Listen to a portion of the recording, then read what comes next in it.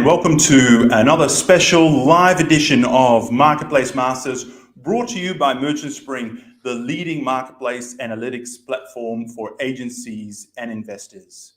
Marketplace Masters is all about going deeper into the challenges e-commerce sellers face to broaden understanding and provide practical actions. I am your host, Paul Sonneveld, and today I am joined by Aaron Moore. In today's episode, we are discussing Amazon vendor profitability and the levers you can control to improve your bottom line. Today, I'm joined by Aaron, as I mentioned earlier. Aaron has focused 100% of his time in building and growing brands on Amazon since 2019. He has over 10 years of experience selling on Amazon, both 1P and 3P, with over 50 million of managed sales. Prior to starting his own agency, Aaron worked for a sporting goods company where he digitally transformed the company from bricks to clicks. Aaron grew sales from 1 million to over 15 million in less than 5 years. Most of that done via the Amazon vendor platform. Thank you for being on the show, Aaron. Paul, thanks for having me. Great intro. Let's get down to the business, though. Before we do, I just want to remind viewers that this is a live session. Lots of pros and cons that come with that. But one of the things you can do is ask us questions, right? We'd love to see lots of questions. You can do that by commenting inside the event, either on LinkedIn or on YouTube, and we will get those questions and I will handball them to Aaron during this episode. All right, well, let's jump right in, Aaron. Let's just start off with the basics, right? Particularly for those viewers who may be not as familiar with the Amazon vendor platform as such. Just take us through the basics. What is the difference between Amazon vendor and Amazon seller? Okay, Amazon 1P and 3P, we'll call it. Now, 1P is the Seller Central, and 1P is the Vendor Central. Okay, so the big difference is in 3P, you own your inventory. It's on Amazon's shelf.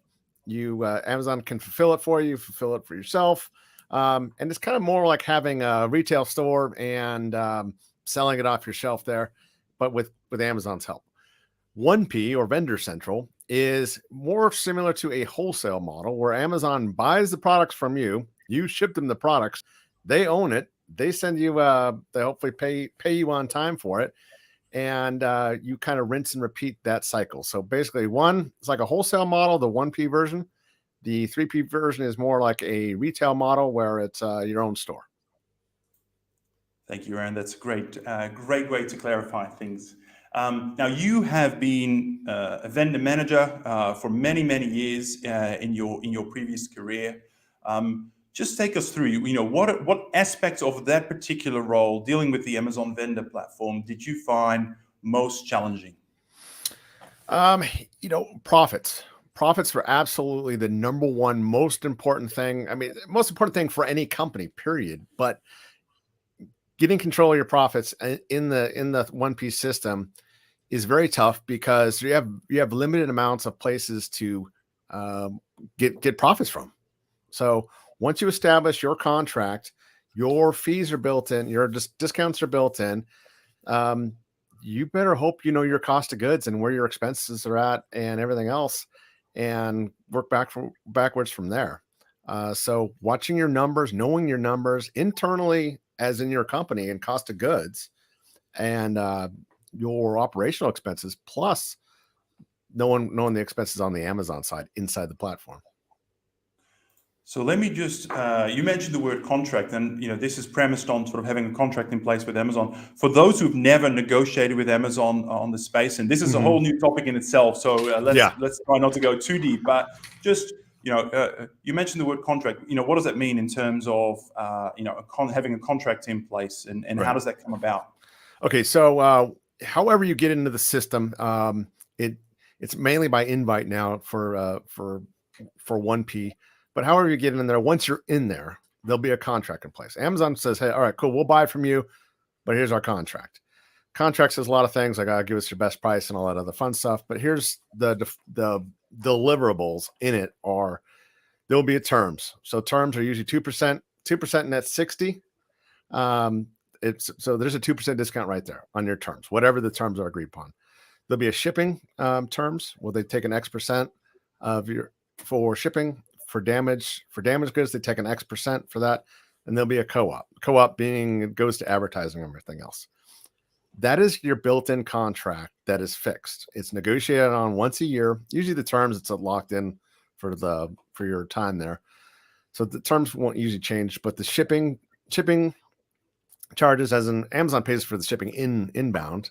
So that's percentage there, but the damaged goods can fluctuate and the co-op can fluctuate. So every year they'll come back and they'll negotiate. Well, we want 2 or 3 points higher, or never lower, 2 or 3 points higher on one of those sections. And guess what? In that last 12 months, you had 2 to 5% increase in prices or logistics or something else. And they still want a discount on prices. So that's your built-in discounts that will happen every year and will most likely go up every year.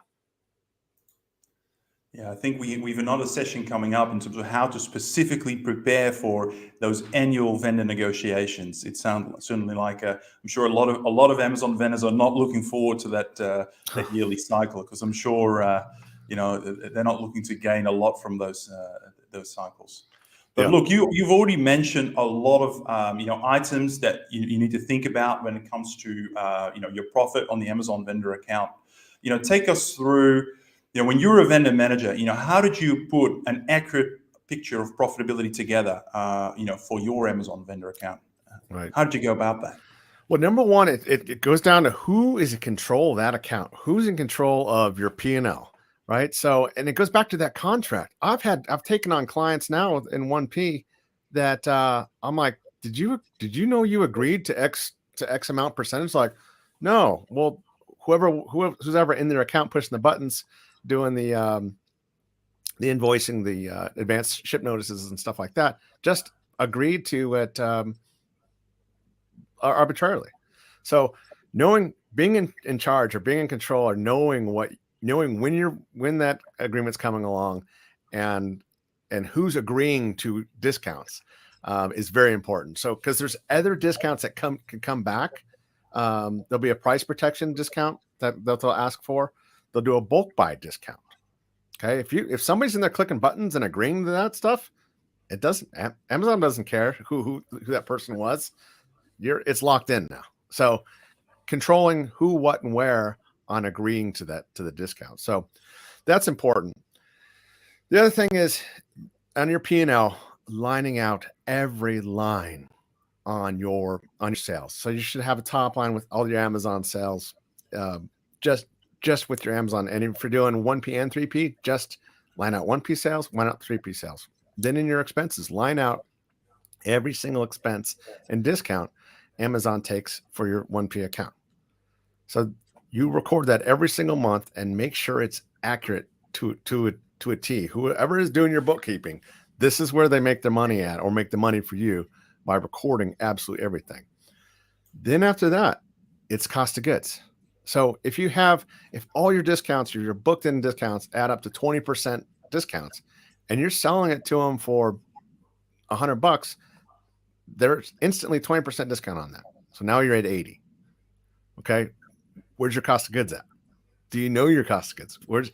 What's your variable cost of goods? It's going to go up and it's going to go down. Where are you at with the profit margin? So your bookkeeper is vital in this part, but if you don't know your cost of goods and your net discount after the standard deductions are taken, now you could get into a lot of trouble. Yeah, that sounds like a very complex P&L there. Just in a practical step, right? How much of this information you get from Amazon and out of Vendor Central versus you have to really piece together from different sources within your organization, contracts and the like. Right. So all the discounts will be in will be in Vendor Central. So all your terms, all your agreed to discounts will be in there. The other factor of this is chargebacks. So chargebacks come in. You ship them too little. You ship them too many. You put the sticker on the wrong side of the box. You shipped it late. You shipped it early. You didn't give it a shipping notice. Something like that. That will be a chargeback, which will count on there too. And then the price protection and the bulk buy discounts will also be in there. But it's all in there. There's a dashboard just for all the chargeback deductions on there, so you're allowed to see it. All the reports are there for you to pull them and look at them. Whether you understand them or not is something else, but it's all there to look at for all the discounts and all the discounts taken. So if they owe you $100,000 and there's $32,000 in deductions, that's lined out in there. And guess what? If it's not, you get to make a case for that and start fighting for it with data. Yeah. We while you're talking about deductions, I have heard of some horrific stories of sort of Amazon charging back some deductions that perhaps they had forgotten about and forgotten to charge, and vendors getting lumped with enormous amounts of or deductions. Let's put it that way. What's your experience of this? Is it unpredictable or I guess not as transparent as you'd like? You have to pay attention. You have the thing is, what I learned was I used to fight for every penny. Why? Because those pennies send a signal to anybody that's dealing with the account. They like their pennies and they keep track of their pennies. They're going to fight for their pennies. So there's even the payment terms. If it's 2% 10 net 60 and they paid me in 12 days, I'm fighting for that. I'm fighting for that 2%. Now that may not add up to a lot, but all the other deductions will. So you really have to be absolutely disciplined on absolutely everything that there is in there and fight for every penny on everything. Now, make sure you're not wrong. We don't want to set a wrong tone on that one. But if you're right, have your ducks in a row. If you're fighting, if they do a chargeback because you sent too many, too little, every single order used to include a picture with the box on there on the scale. So I have the weight, I have the contents, I have the label in there, and that went with every order. Why? Because it's not it's when we get chargebacks, it makes the process of transferring it on fighting it faster because it comes directly from the shipping department straight to invoicing. It all sits in the digital file, and that accountant or whoever is in charge of that just has to get the information they need fast and fight for every penny. It certainly sounds like something you have to be all over. You can't take a backseat or a passive approach and hope for the best. It sounds like you might be leaving a lot of money on the table if you adopt that approach. And go ahead, Aaron. It takes a certain personality to fight for that too. Like I had in my accounting staff, again, I'm a company of one now, but in my previous company, I had a whole team, a staff team, right, or accounting team. So I picked the people that just can't stand stuff like that. And I used to have like a jar of change like on the desk and going like, we fight for every penny. And because those pennies turn into tens and thousands, hundreds of thousands of dollars. Yeah, absolutely. And I think we tend to forget that the average size of a vendor account is substantially larger than a seller account, right? And what are the thresholds these days that sort of Amazon's looking at in order to qualify for being part of that program? It's usually an invite now. It's north of $5 million a year. I think they like them around 10 to 15 million. It seems to be the ones that are 5 million or less or so that are kind of releasing them now or giving them permission. Like, you could be free from the program if your sales don't drop, kind of thing. So they like them in that probably 10 to 15 million is probably the butter zone, but north of 5 is when you can start getting looked at. Yeah, great. So you've already mentioned a couple of pitfalls on the I'm pure on the finances side, on the on the rebates, discounts, and the like. As we mentioned at the start of this episode, you've been in this game for a long time. What are some of the most common pitfalls that you see Amazon vendor managers make? What would be on your top 3 or top 4? Agreeing to contracts without managerial approval, without financial approval. You need whoever logs into your vendor central account. You could limit permissions, but then it just causes problems.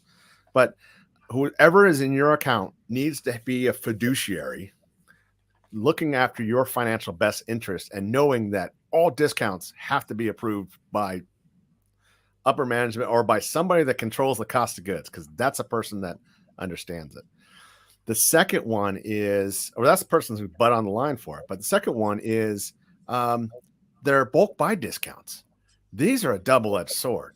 So they're going to come in, and it's what it is. It's what it sounds like. They're going to come in and buy a lot of product, and they want usually about a 25% discount off their current pricing, which is great for short-term cash flow. If you just need to pay some bills or something like that, that's cool.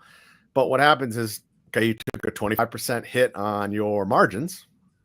So your net margins over the year are going to be lower. Now they may have overbought on that bulk buy. So now they won't order for 2 months, 3 months, depending on how sales are. So you have less product, less margin, and they're not ordering any for another couple months. So you really have to weigh those out.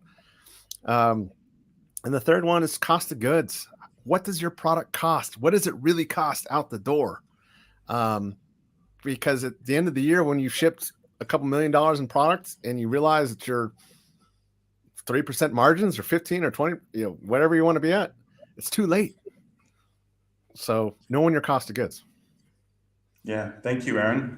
Which sort of brings us to the other part of this question, right? Which is there's pitfalls, but then there's also best practices. And I'm particularly interested in your view is when you see an Amazon vendor manager at work, if you were to observe them, right, be an invisible person, looking over their shoulder, what would you say constitutes best practice? What are the world-class Amazon vendor managers, what are they doing on a day-to-day basis? Watching the numbers. So they're, the discounts are taken, except for the payment discounts, they're taken on every payment. But the discounts, the standard deductions are built in quarterly. Okay, so you're kind of getting yourself on a schedule. All right, I got a payment for an invoice coming in. Invoice is $30,000. Easy math. It's $100,000. Okay, so it's 2% terms on there. $2,000 should be deducted on that. Nothing else. If there is anything else, it'll tell you, or it should tell you on there. And then you could go and look in your financial dashboard in Vendor Central and see what deductions there were. Are they valid? And it may be just a couple hundred deductions, but if you're doing millions, that stuff adds up, right? So just watch your money coming in, watch your money being deducted. What's deducted? There's your first clue to find out what it was, and then start fighting it. Was it an overage, an underage, late, box label, something like that? Well, if you have all your ducks in a row and you're ready to fight that, cool. You just pull that order, pull that file. You have all your evidence from your weights and dimensions and pictures and everything else in there, and boom, you send that file. And then you get the next deposit of money coming in, and you repeat. So that's on the financial side. Yep. That's obviously, as you were talking, I'm getting the image of like a boxing ring, and you're always ready, you're always on your toes, you're never like outside the ring sipping water. You're always like running around, getting ready, you're looking in the eye, and I guess it's not completely as adversarial like that, but no, it is. It is. It has to be. If you want to make money, that's what you have. You have to have this leaning forward mentality, and every deposit from Amazon is a new round in that boxing match. You've got to keep fighting for it. Fight for every penny. That's that's right. Sounds like there's dollars there, right? So don't leave them there. Just practically speaking, how do you fight with it? Obviously, let's say you've got all your information. You feel that Amazon is wrong about something, a particular charge. You've got your evidence. How do you actually go about this, right? How do you dispute it? What's the mechanism? Yeah, it's basically filing a case inside the Vendor Central system, very similar to the Seller Central, and you just go, and there's obviously different categories for chargeback category or something like that. You put it in there. You hopefully by now, if you've done a bunch of them, you know exactly what words to say and how to say it. This was this is what I'm including. Please reverse this chargeback, something like that. And honestly, I think they're trained to say no all the time, because you never give up on the first denial. So you just basically take that information, file the claim or case, and keep on filing it until they give you the money back. And clawing it back is very graphic and true.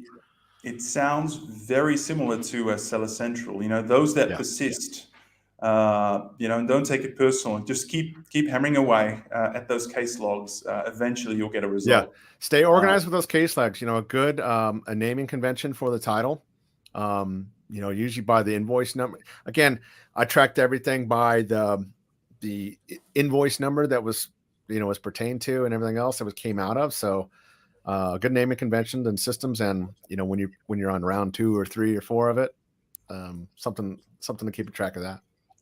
That is a really practical and great tip, just to think about naming conventions in terms of your cases, right? Because there can be a lot of them, particularly like yourself, you're managing a lot of clients on that platform. How to sort of keep everything organized. That actually makes a lot of sense.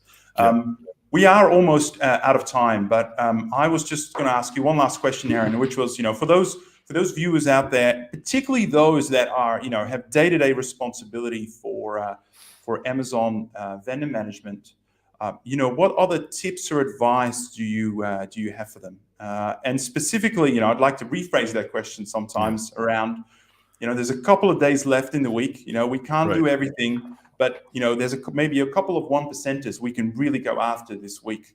What advice do you have for other Amazon vendor managers out there?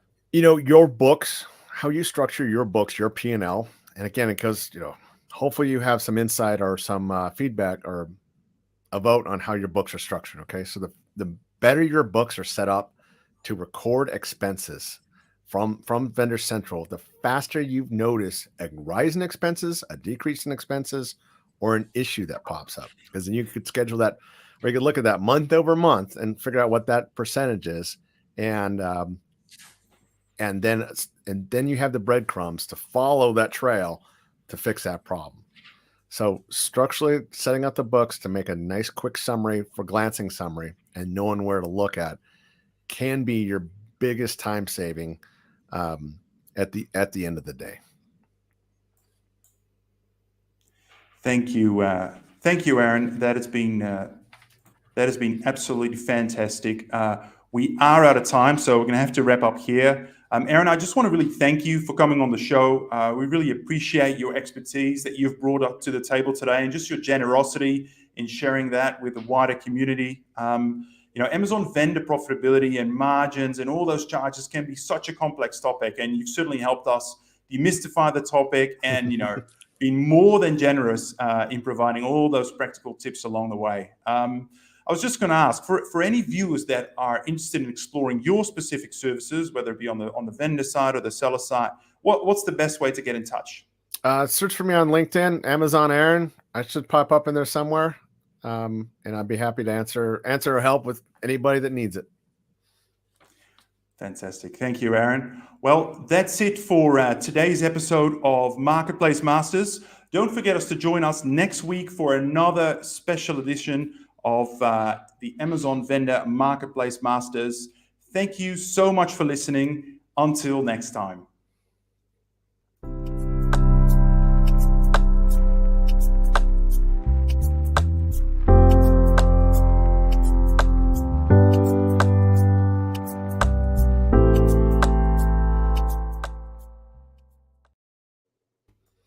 What's up? Oh.